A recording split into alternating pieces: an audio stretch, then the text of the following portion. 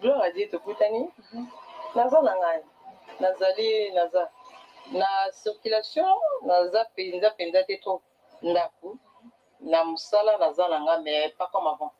Et puis c'est pourquoi bon avant tozalaki mpe mingi te avant tozalaki mpe mingi te lelo toyebi mama ndenge évolue nde tokomi mo ebele donc batournage mpe ekomi ebele bato na bato baza na bato na bango donc so babengi ekomi kaka so babengi yo neti ngai nazalaka na book te naza indépendante donc ndingi ya nde babengaka biso biso ozelaka babengi yo mosala oke otravaille babengi yo te wana na ndako. Donc pour dire que babengaka onde su mingi te ouais babengaka nga su mingi te donc ozala na nga mingi ezodépendre na bato bazotourne et puis ezodépendre na bato mpe basengaka pour tournage basinga ekóma basite soki bafilme eleki bapesa bato moyen ya kosa commentaire ya kosa mpe demande baacteur na bango préféré omonaki baoluka ye babenga ye aoya sur scène baomona ye baosepela. Ok, bonjour fidèles internautes, fidèles téléspectateurs.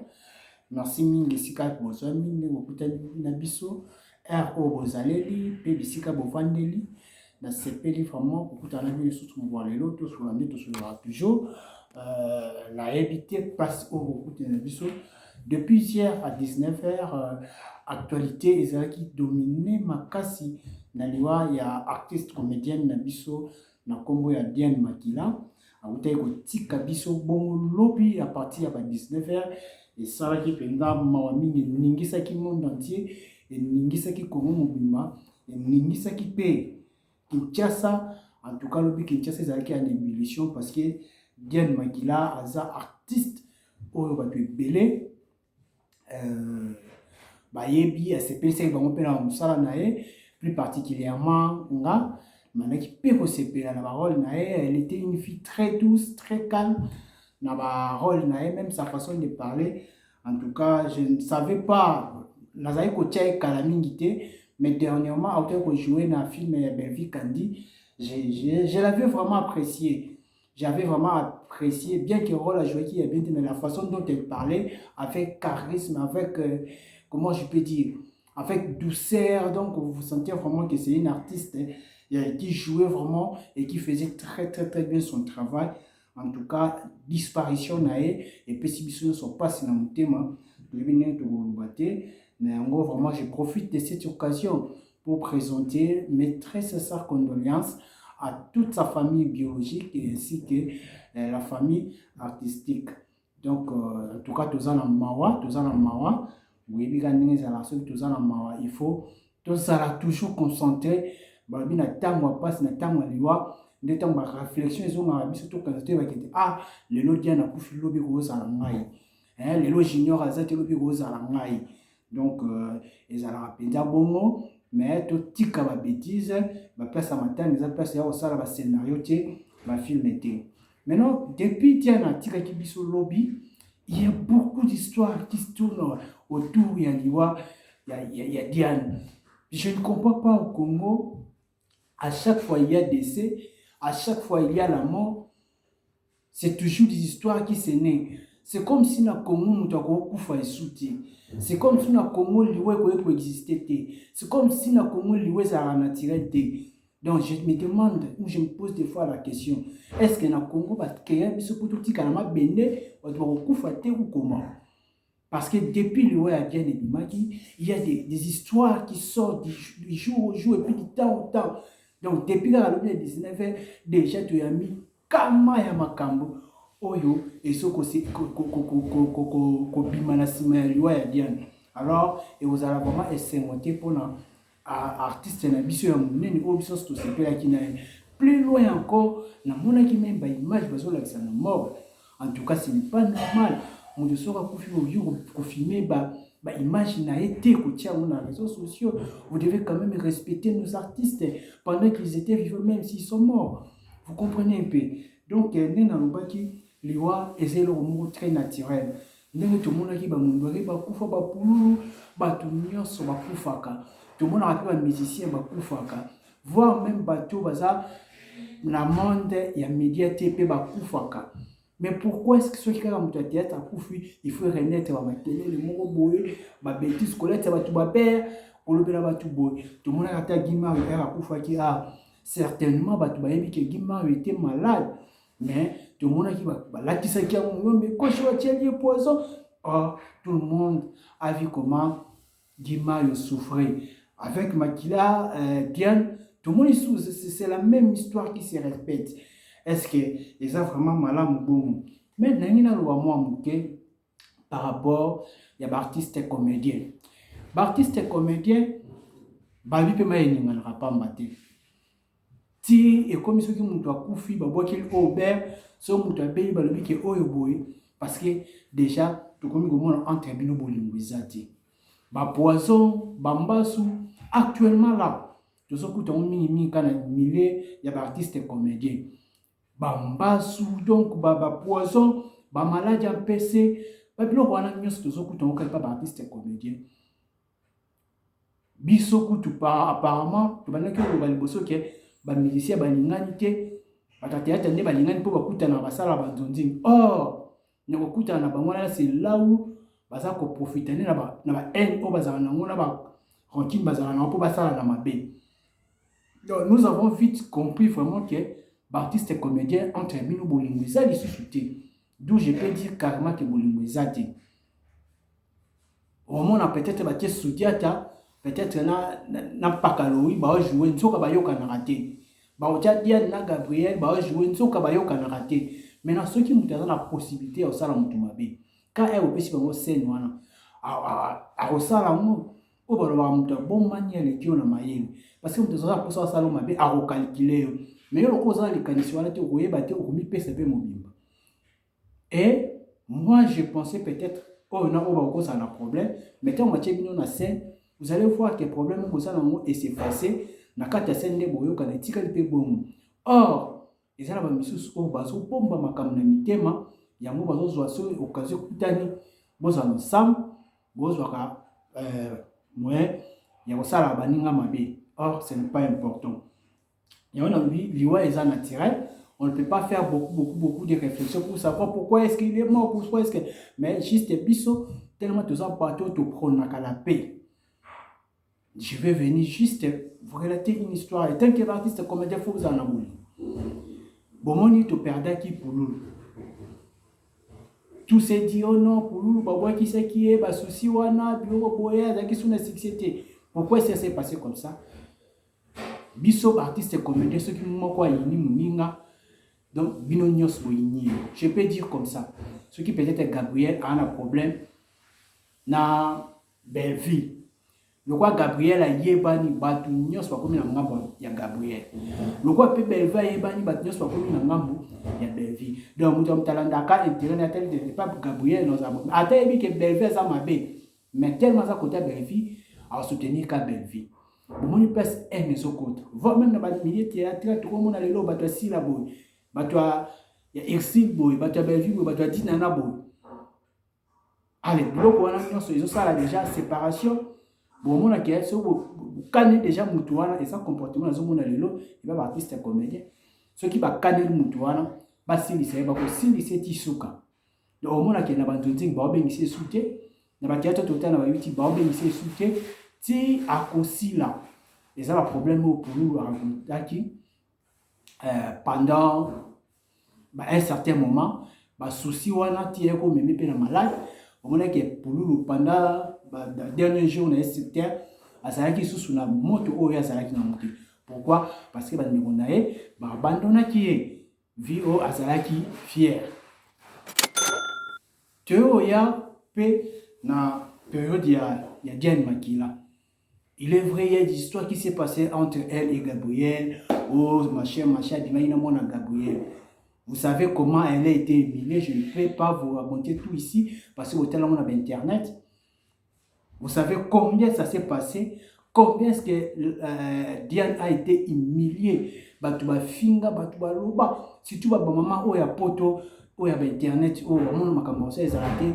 Maman le satan na banka Internet pour la finga. Batouana nyonso. Ils ont humilié Diane jusqu'au niveau 0. Et chose étonnante, Diana tika ko leka na télévision qui pour se défendre. Aboma makamwana nyonso tuna mutema. Kutani vraiment, elle a été humiliée de tout. Et moi je peux dire naninga sala ki AVC wana et cause à la paix, ma problème au azalaki nango et choka ki makasi parce que vie azala na problème wana pe azalaki susu bana ko benge susu na ba tournage te. Et tout ça peut-être kaka moi une année awa sur 2 ans si je me trompe pas ndi ba uta ko benga bengae na moi ba théâtre pour à participer surtout mingi na mona qui et pas belle vie kandi. Babiloko wana nyonso vous voyez que ekoki ko démoraliser mutu pour asala musala na comme ici doit. Il faut tous en bolingo entre biso ba artiste comédien liwe ça pour na mutu nyonso. Lelo ekweli diane lobe ekwela mutu mususu lobe ekwela mutu wana. Il faut poser la soudé ça ba combat mutu so na pona ba musicien. Et sur l'équipe si vous avez un problème entre amis pour la épique et l'autre tout c'est mieux ça théâtre. Si vous avez un problème entre théâtre, limitez-vous dans le théâtre. Pourquoi vous kotakati na vie à mutu, qu'on va empoisonner mutu, qu'on va bomber mutu. Parce que oh dia na kufi nango et ça AVC a pas problème. Si réellement un problème on a outil na milieu théâtral, tu bien on peut ka poison. Poison ça ka te que va jouer normalement va tirer mais ceux qui opesi mutu souci na mutema et que a belly estomac et qui a sali AVC à Koufi. Vous avez n'engagé mon gars dans mon toit tirer poison. Vous voyez un peu ça. Et ça bien dit. Azaraki immigré, Azaraki sous les cas sous na bandonzi te ali moi qui est père qui n'est qui brazan ne te yoka qui est ya na ba malade. Apilo we belé et ils ont tourné autour. Il y a liwa, il y a Diane. Mais le gars là déjà Koufi, on n'a pas le choix. C'est parce que Tanae Koki. Ce qui est il fallait pas pour faire ce moment. Peut-être nous allons permettre à Koufa. Mais tellement à Koufi, tu peux sans jamais charger, mais du moins tu peux accepter. Tu peux accepter les Bibles qui est un événement imprévu arrive à tous. Donc nous sort à quoi tu as imprévu, à quoi tu as makama.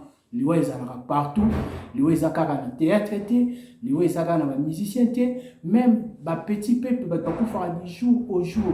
Mais une chose qui est ceux qui artistes à Koufi, tozo koyeba tozo za le courant pourquoi parce que bon bazana na milieu public et surtout que ba artiste mo ya biso ba leke belé c'est que normal. Ba artiste so bazana mboka na biso Congo. Ceux qui pèsent la peine que mamalo et am sous to quand on doit na ne mo 10 artistes ba Koufi. Parce que tu as 50 000. Si tu es surtout comédien, les musiciens, tu as 20 000 musiciens. Oh, donc, c'est normal qu'il y ait ceux qui, artistes, comédiens, musiciens, ils ont été comédiens. Oh, tu vas voir comédien. Non. Mais, conseil net au pays, qu'il faut vous aller unis. Il faut vous aller unis. À terme, vous avez sali gaffe. Bobo qui ça a été ata obenga so bobenga kina banzonzi obenga pour travailler nae babiloko yango so komisa bandeko na biso ebele babiloko ya kobwakisa donc oh le kwa ya kafaki to bwakisi na to obengisi soutenir na banzonzi yango tezo komisa bandeko na biso ebele bazo kufa na basusi lokola kaya kululu pas kufa ikaka na basusi parce que banako bengi c'est sous na bandonzi te banako bengi na akomi OK vous comprenez et ça bien